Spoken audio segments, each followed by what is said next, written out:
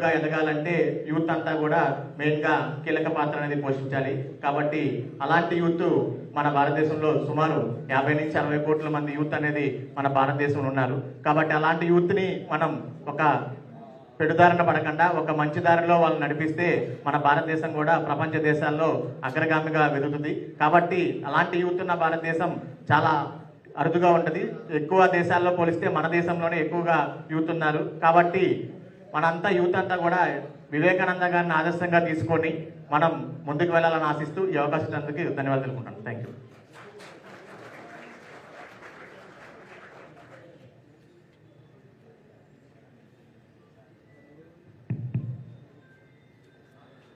Thank you sir. దయచేసి అందరూ కూడా నిలబడ్డ వాళ్ళు, బయట ఉన్నటువంటి వాళ్ళు కూర్చోవాలి. ఈరోజు మన ఈ ఉమ్మడి కరీంనగర్ జిల్లాకు సంబంధించి స్వామి వివేకానంద జన్మదినాన్ని పురస్కరించుకొని ముఖ్య అతిథులుగా వచ్చేసినటువంటి గౌరవనీయులు శ్రీ బండి సంజయ్ కుమార్ గారు, కేంద్ర హోంశాఖ సహాయ మంత్రివర్యులు మరి కార్యక్రమాన్ని ఉద్దేశించి వారి యొక్క ముఖ్య అతిథి సందేశాన్ని ఇవ్వడం జరుగుతుంది.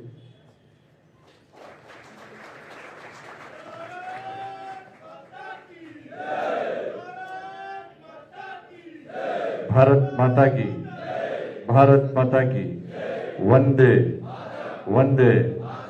सत्यम नोड़ यूथ है ना अप्पू यूथ है नोड़ నేను యూత్ కాదు కానీ ఇప్పుడు నువ్వు చూసేస్తా అంటే నన్ను మళ్ళీ మీడియాలో నన్ను ఉంటా అనుకుంటారు వాళ్ళ. సంతోషం. అందరికీ నమస్కారం. మేరా యువ భారత్ ఆధ్వర్యంలో కరీంనగర్ ఉమ్మడి జిల్లా ఆధ్వర్యంలో నిర్వహించబడుతున్నటువంటి ఈ కార్యక్రమానికి ముఖ్య అతిథిగా వచ్చేటువంటి గౌరవనీయులు జిల్లా కలెక్టర్ గారు, అదే స్పోర్ట్ ఆఫ్ శ్రీనివాస్ గారు, రాంబాబు గారు, రవీందర్ గారు, విచ్చేసినటువంటి యువతి యువకులందరికీ, పాత్రికేయ మిత్రులందరికీ, అధికారులందరికీ కూడా హృదయపూర్వక నమస్కారాలు. మీ అందరికీ స్వామి వివేకానంద జయంతి సందర్భంగా మీ అందరికీ హృదయపూర్వక శుభాకాంక్షలు తెలియజేస్తూ, స్వామి వివేకానంద జయంతి సందర్భంగా దేశవ్యాప్తంగా జాతీయ యువజన దినోత్సవాన్ని జరుపుకుంటున్నాం. మనం ఈ సందర్భంగా అనేక కార్యక్రమాలను మనం దేశవ్యాప్తంగా నిర్వహించుకుంటున్నాం. రకరకాల పోటీ కార్యక్రమాలు కానీ, అనేక కాంపిటీషన్స్, దాంతోపాటు అనేక ఉత్సవాలను కూడా మనం దేశవ్యాప్తంగా నిర్వహించుకుంటాం, రకరకాల కార్యక్రమాలు. ఒకటి, మనం నిత్య జీవితంలో విజయం సాధించాలంటే, సక్సెస్ కావాలంటే ఒక లక్ష్యాన్ని ఎంచుకోవాలి. ఆ లక్ష్యాన్ని చేరుకోవాలంటే కూడా ఏదో ఒక మహానుభావుని, ఏదో ఒక వీరుణ్ణి మనం స్ఫూర్తిగా తీసుకొని వారి యొక్క చరిత్రను తెలుసుకొని దానిలో మంచిని గుర్తించి దానికి అనుగుణంగా మన నిత్య జీవితాన్ని కొనసాగించే ప్రయత్నం చేస్తే మనం అనుకున్న లక్ష్యాన్ని చేరుకున్న వాళ్ళమవుతాం, చేరుకునే అవకాశం ఉంటుంది, దానిలో విజయవంతమవుతాం. అందుకే ఈరోజు దేశవ్యాప్తంగా కూడా ఇలా స్వామి వివేకానంద గారి చరిత్రను ఒక్కసారి నెమరు వేసుకునేటువంటి రోజు ఈరోజు స్వామి వివేకానంద రోజు. ఈరోజు కేవలం జయంతి జరుపుకుని వివేకానంద స్వామి జయంతి జరుపుకునే రోజు కాదు, ఒక జ్వాల, ఒక ఆత్మవిశ్వాసం, ఒక సనాతన ధర్మ రక్షకుడిని స్మరించుకునే రోజు ఈరోజు. జ్వాల అంటే స్వామి వివేకానంద. కానీ భారతదేశం యొక్క కీర్తి ఖ్యాతిని ఖండాంతరాలు దాచినటువంటి ఒక గొప్ప మహనీయుడు స్వామి వివేకానంద. కేవలం ఖ్యాతినే కాకుండా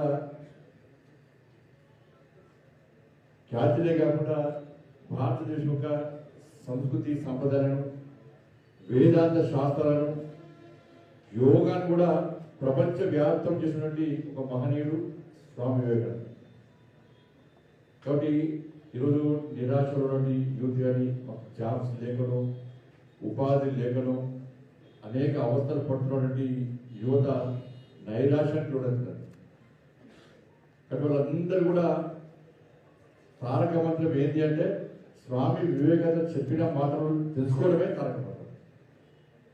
ఇది ఒక్కసారి చెప్పలేదు, కానీ స్వామి వివేకానంద చరిత్రను చదివినండి అవతలి పదు స్వామి వివేకానంద గారి ఏదో ఒక సూక్తిని చదివినా అనవచ్చేది తర్వాత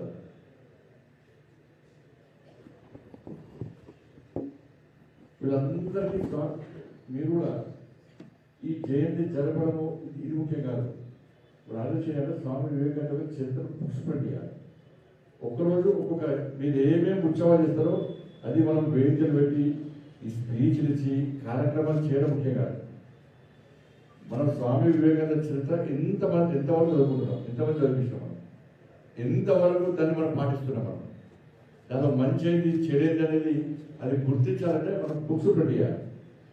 బుక్స్ ప్రింట్ చేసి కార్యక్రమం కంటే ముందు వాళ్ళకి ఇచ్చే ప్రయత్నం చేస్తే చదువుతారు. విషయం కాదే అంటారు, చదువుతారా ఇస్తే చదువుతారా భారత్ మాతాకి డ్రెస్ లేదా అందరికి పోటీలో పెట్టే కదా.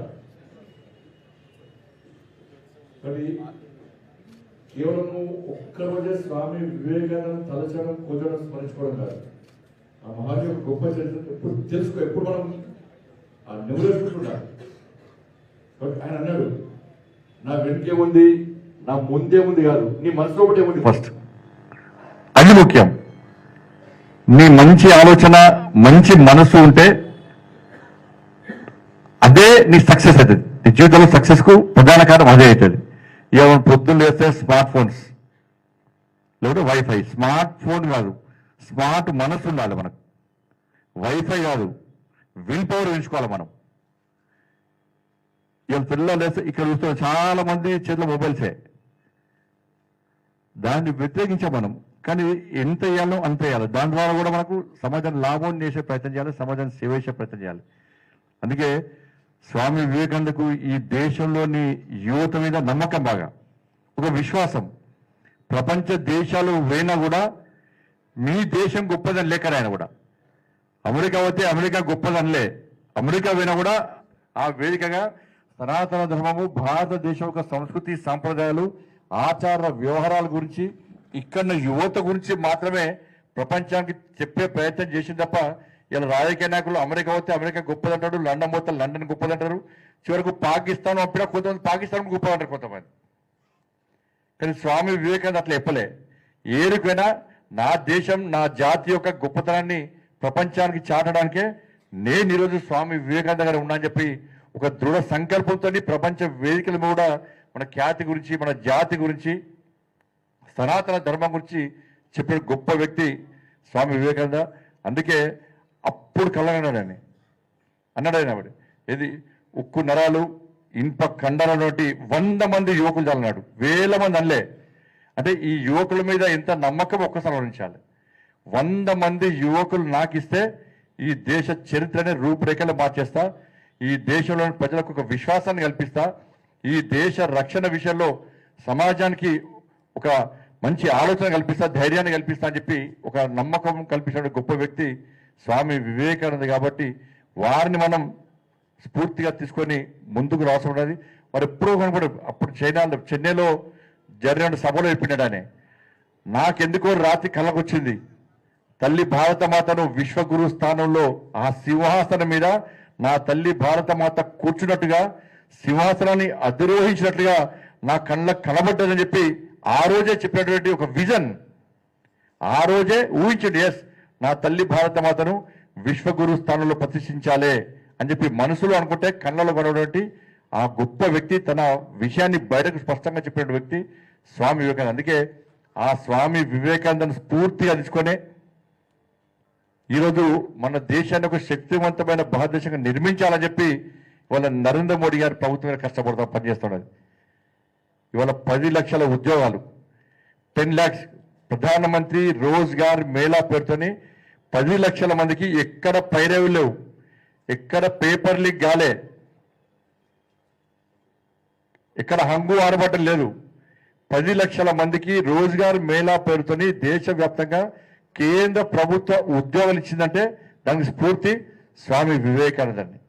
ఇవాళ ఖేలో ఇండియా పేరుతోని ఇవాళ దేశవ్యాప్తంగా కేవలం విద్యతో పాటు యువత క్రీడల లోపల కూడా ప్రోత్సహించాలన్న ఉద్దేశంతో ఖేలో ఇండియా పేరు మీద దేశవ్యాప్తంగా అనేక అనేక మంది క్రీడాకారులను ప్రోత్సహించడం, అనేక రకాల సౌకర్యాలు కల్పించే ప్రయత్నం చేయడం ఇవాళ కేంద్ర ప్రభుత్వం చేస్తున్న విషయాన్ని మనం గమనించాలి.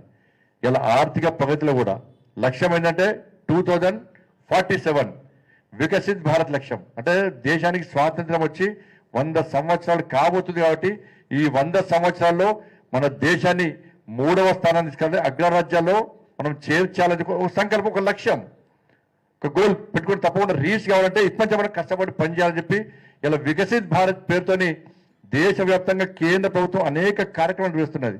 ఇలా ఆర్థిక ప్రగతిలో 11th ప్లేస్ ఉండే మనం 2014 కంటే ముందు 11th ప్లేస్లో ఉంటే ఇప్పుడు 4వ స్థానానికి వచ్చినాం. అతి త్వరలో 3వ స్థానం రాబోతున్నాం. కాబట్టి ఇవన్నీ కూడా నరేంద్ర మోడీ గారు కూడా వాటికి లక్ష్యమైంది. స్ఫూర్తి ఎవరు? స్వామి వివేకానంద కావచ్చు, సర్దార్ పటేల్ కావచ్చు, మహాత్మా గాంధీ కావచ్చు, భగత్ సింగ్ కావచ్చు, శ్యామా ప్రసాద్ ముఖర్జీ కావచ్చు, దీన్ దయాళ్ ఉపాధ్యాయ కావచ్చు, ఇట్లా అనేక మంది మహనీయులను చరిత్ర చదివింది కాబట్టే, ఆ చరిత్ర తెలుసుకున్నాడు కాబట్టే, వాళ్ళు మన మధ్య లేకుండా ఒక లక్ష్యాన్ని మన ముందు ఉంచింది కాబట్టే, నేను దేశ ప్రధాని అయినా కూడా నేను సాధారణ మనిషిగా, సాధారణ భారతీయుడిగా ఆ లక్ష్యాన్ని నెరవేర్చడానికి ఒక సేవకంగా పనిచేస్తా అని చెప్పి ఇప్పుడు అనేక కార్యక్రమాలు తీసుకున్న వ్యక్తి ప్రధానమంత్రి గారు. ఇవాళ దీన్ దయాళ్ ఉపాధ్యాయ అంత్యోదయ సిద్ధాంతం విషయం ఏంది? ఇవాళ స్కీమ్స్ ప్రవేశపెట్టడం కాదు. ఇలా ఊకదంపుడు ఉపన్యాసం ఇచ్చి నేను నిరుద్యోగ వృత్తి ఇస్తా, 2 లక్షల ఉద్యోగాలు ఇస్తా, పెన్షన్ ఇస్తా, డిఎల్ ఇస్తా, టీఎల్ ఇస్తా కాదు. ఇచ్చినటువంటి మాటను నిలబెట్టుకున్నామా లేదా? మన సంక్షేమ పథకాలు ఇస్తే అది చిట్ట చివరి వ్యక్తికి అందిందా లేదా? అది పేపర్లకు, టీవీలకే పరిమితమైందా? జీవోలకు మాత్రమే పరిమితమైందా? నిజంగా దానివల్ల పేద ప్రజలకు న్యాయం జరుగుతుందా, జరుగుతుందా అని చెప్పి తెలుసుకొని న్యాయం జరిగే విధంగా చేయడమే ఇవాళ అంత్యోదయ సిద్ధాంతం. కాబట్టి ఆ ఆలోచనతో ఇవాళ కేంద్ర ప్రభుత్వం ముందు పోతున్నది. కాబట్టి అందరం కూడా ఇవాళ కేవలం ఈ ఒక్కరోజే కాకుండా మీ లోపల ఫస్ట్ భయం తీసేయాలి. ఇలా మనం ఓటమికి మనం పేదరికమో లేకుంటే ఇంకో రకంగా ఆలోచన కాదు. నా వల్ల ఈ పని కాదు అని మీ మనసులో కూడా ఉంటే మీరు ఫెయిల్ అయిపోతారు. నా వల్ల ఇది కాదు అనేది ఎట్టి బస్సులో ఏ యువకుల లోపల ఉండదు. ఎస్, ఇది పక్కా నా వల్ల అవుతుంది, నేను సక్సెస్ చేస్తా, 100% ముందు పోతా అని చెప్పి మీ లోపల ధైర్యం ఉంటే నిత్య జీవితంలో మీరు విజయవంతం కాగలుగుతారు. మీ నిత్య జీవితం విజయవంతం అవుతుంది. ఫస్ట్ మీలో కూడా పిరిగితనం పోవాలి. దాంతోపాటు నేను నా కుటుంబం అనేది మర్చిపోవాలి. నేను నా కుటుంబం అనేది మర్చిపోవాలి. చాలా మంది అంటారు, దేశం నాకేమిచ్చింది, దేశానికి నువ్వేమిచ్చినావు, దేశానికి నువ్వేమిచ్చినావు. ఒక్కసారి గుండె మీద చేసుకుని ఆత్మవిశ్వాసం. పోరాటంలో బార్డర్లో పోయి యుద్ధం చేయాలంటలేను నేను, పోయి పాకిస్తాన్లో యుద్ధం చేయాలంటలేను నేను, ఇంకొకరు యుద్ధం చేయాలంటలేను నేను. కానీ ఏదో ఒక ఈ దేశం కోసం, నేను ఈ భారతీయుడు ఉండేందుకు ఈ దేశం కోసం ఏదో ఒక కార్యక్రమం చేయాలి అని చెప్పి తృప్తి మనకు రావాలి. ఆ సంకల్పం మన లోపల ఉండాలి. ఇది ఉండాలంటే ఫస్ట్ మన లోపల భయం పోవాలి, ధైర్యం రావాలి, కొట్టాడే ప్రశ్నించే తత్వం రావాలి. అన్యాయం జరుగుతుంది నాకెందుకు క్లియర్ కూర్చుంటే మనం స్వామి వివేకానందను అవమానపరచడమే. ధైర్యంగా ప్రశ్నించే మనస్తత్వం లేకుంటే మన జీవితం ఉండి కూడా వేస్ట్, మన పుట్టు కూడా వేస్ట్. కాబట్టి అటువంటి ఆలోచనతో ఇలా యువత అంతా ముందుకు రావాల్సిన అవసరం ఉంది. మీరు ధైర్యంగా ఉండండి, భయం తీసేయండి. ఒక్కసారి గెలిస్తే మనం అహంకారం పెరగద్దు. ఓడిపోతే అబ్బా ఇదే లాస్ట్, ఇక మనం గెలవంరా అనుకోవద్దు.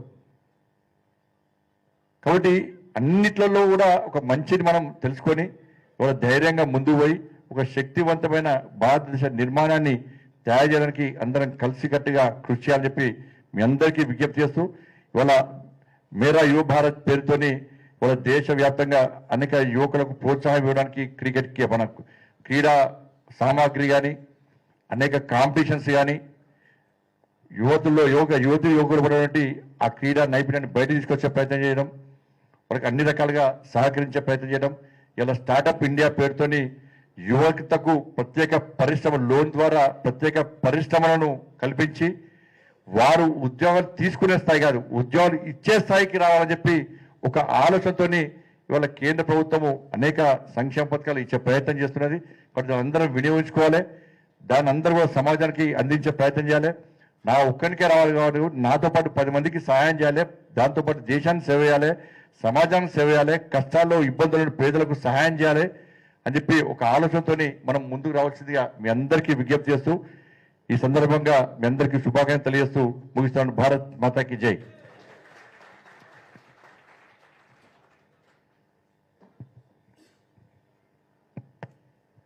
Thank you sir. మరి మన మినిస్టర్ గారు చెప్పినట్టుగా యువజన సంఘాల మిత్రులందరూ కూడా స్వామి వివేకానందను ఆదర్శంగా తీసుకొని వారి వారి గ్రామాలలో ఇంకా విరివిగా సేవా కార్యక్రమాలు చేపడుతూ గ్రామాల అభివృద్ధికి అదే మాదిరిగా దేశ అభివృద్ధికి కూడా పాటుపడాలని కోరుకుంటూ వారికి ఈ సందర్భంగా ధన్యవాదాలు తెలియజేస్తున్నాం సార్. మరి ఈ కార్యక్రమానికి వచ్చేసినటువంటి మన ముఖ్య అతిథులు గారికి నెహ్రూ మేరా యువ Bharat Karimnagar district youth officer మరియు మెమోంటో షాలు బహుకరించాల్సిందిగా కోరుతున్నాను.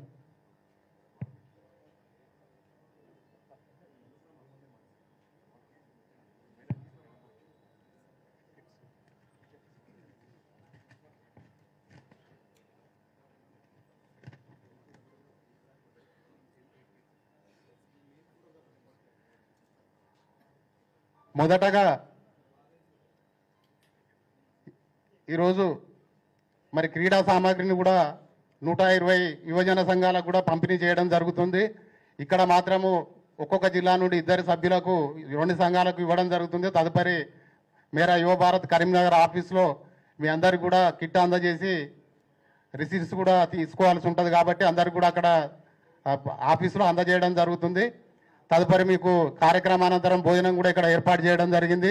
కరీంనగర్ జిల్లా నుంచి మొదటగా నవతరం యూత్ అసోసియేషన్ చొప్పదండి కరీంనగర్ యువజన సంఘాల సభ్యులను వచ్చి వారి యొక్క క్రీడా సామాగ్రిని స్వీకరించాల్సిందిగా ఆహ్వానిస్తున్నాం.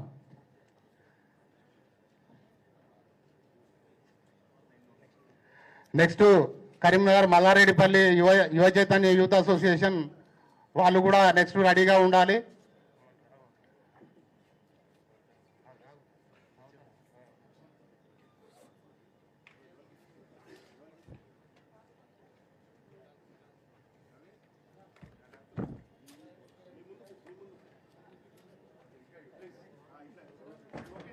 దయచేసి మిగతా సభ్యులందరూ కూడా కూర్చోవాలి. ఎవరైతే పిలుస్తున్నామో ఆ సంఘానికి సంబంధించినటువంటి సభ్యులు మాత్రమే వచ్చి వారి యొక్క క్రీడా సామాగ్రిని స్వీకరించాలి.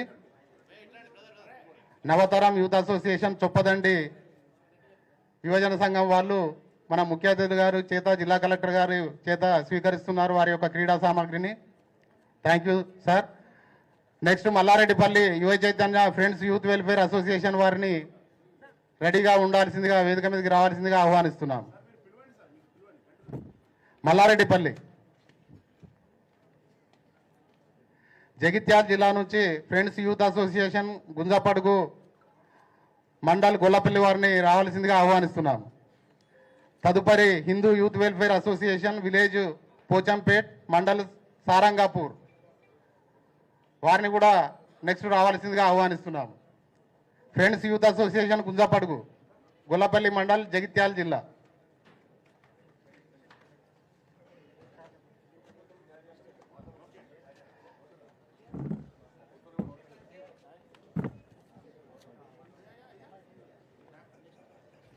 తదుపరి Hindu youth welfare association Pochampeta వాళ్ళు రెడీగా ఉండాలి. Sarangapur mandal Pochampeta village Hindu youth welfare association.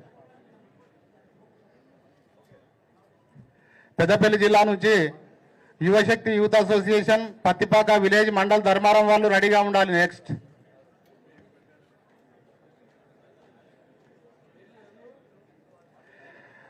Next Srirama youth association Kalvacharla mandal Ramagiri Peddapalli వారు రెడీగా ఉండాలి. పెద్దపల్లి జిల్లా నుంచి. సిరిసిల్ల డిస్ట్రిక్ట్ నుంచి Yuva Chaitanya youth association village mandal Boinpalli Rajanna Sircilla district వాళ్ళు రెడీగా ఉండాలి. Yuvashakti youth association Pattipaka